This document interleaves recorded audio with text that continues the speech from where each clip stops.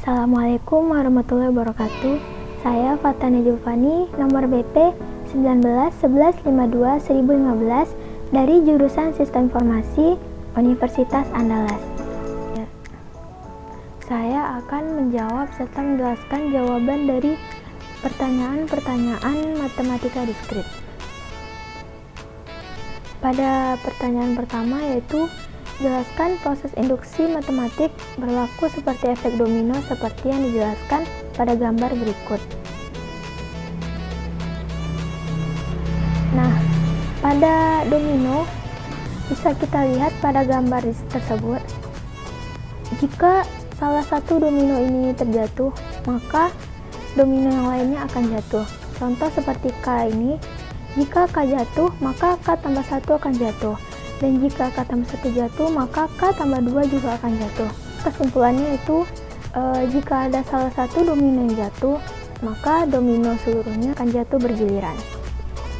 Nah, induksi matematika itu apa sih? Induksi matematika itu adalah suatu metode pembuktian yang seringkali digunakan untuk membuktikan kebenaran dari suatu pernyataan. Prinsip induksi matematika ini mirip sama seperti efek domino tadi. Misalkan Pn itu merupakan suatu pernyataan tentang N. Jika P1 yang berada di depan itu benar, dan untuk setiap K, jika PK benar, maka PK tambah 1 juga benar. Contoh, N kuadrat lebih besar sama 0. Pada P1, P2, PK, PK tambah 1, apabila pertanyaan P1 itu benar, maka pernyataan berikutnya juga benar. Dan begitu seterusnya. Pada pertanyaan kedua yaitu, berapa jumlah maksimum dan jumlah minimum simpul pada graf sederhana yang mempunyai 16 buah sisi dan tiap simpul derajat sama dan tiap simpul derajat lebih besar sama 4. Graf sederhana itu adalah graf yang tidak mengandung gelang maupun sisi ganda. Apa itu gelang dan sisi ganda? Gelang itu adalah suatu simpul yang berawal dan berakhir pada simpul yang sama pula. Sedangkan sisi ganda itu adalah terdapatnya dua buah sisi yang saling menghubungi simpul yang sama. Nah, ini adalah contoh dari gambar graf sederhana. Graf yang setiap simpulnya mempunyai derajat yang sama itu disebut graf teratur. Jumlah sisi pada graf teratur adalah NR per 2 dan menjadi E sama dengan NR per 2. Dan kita masukkan ke dalam rumus menjadi dibalik N sama dengan 2E per R dan masukkan angkanya, E itu sama dengan 16 yang berarti itu adalah jumlah sisinya, maka menjadi 32 per R. Kemudian kita harus mencari R-nya. R-nya itu sama dengan 4 dan masukkan angka ke dalam rumus menjadi 32 per 4 sama dengan 8. Maka 8 ini menjadi jumlah simpul yang maksimum dan juga minimum. Kenapa? Kenapa nggak cari R yang lain? Kenapa dia sama-sama maksimum dan minimum? Karena ketika kita mencari jumlah simpul minimumnya, maka R itu harus lebih besar dari 4.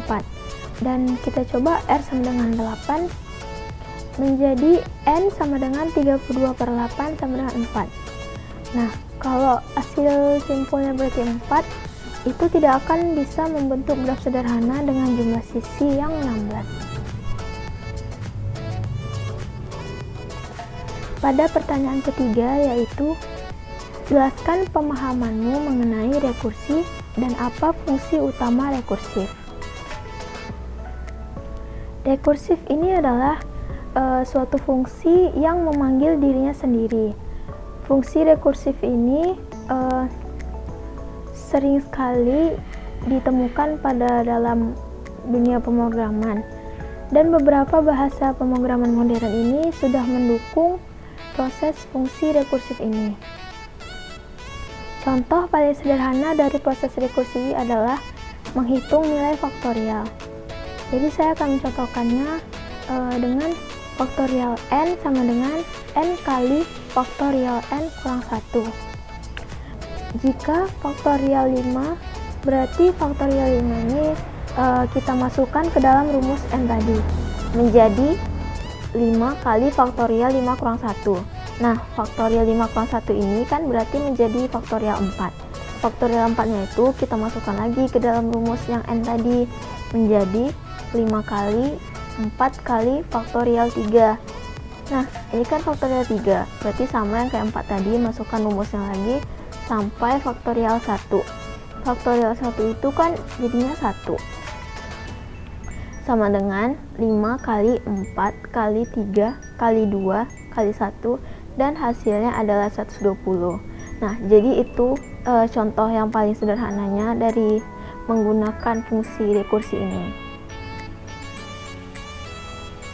Fungsi rekursif ini juga memiliki dua ciri khas. Yang pertama adalah selalu memiliki kondisi yang menyatakan kapan fungsi tersebut akan berhenti. Kondisi ini harus dapat dibuktikan akan tercapai, karena jika tidak tercapai, maka tidak dapat membuktikan bahwa fungsi akan berhenti, atau algoritma dari kita sendiri ada yang salah. Dan ciri khas yang kedua yaitu fungsi rekursif ini akan memanggil dirinya sendiri serta mengurangi nilai dari setiap panggilannya itu. Karena tujuan utama dari rekursif ini yaitu untuk memecahkan masalah menjadi masalah-masalah yang kecil. Nah, jadi begitu penjelasan saya dari 3 pertanyaan tersebut. Semoga dapat dipahami. Maaf apabila ada kesalahan kata. Wassalamualaikum warahmatullahi wabarakatuh.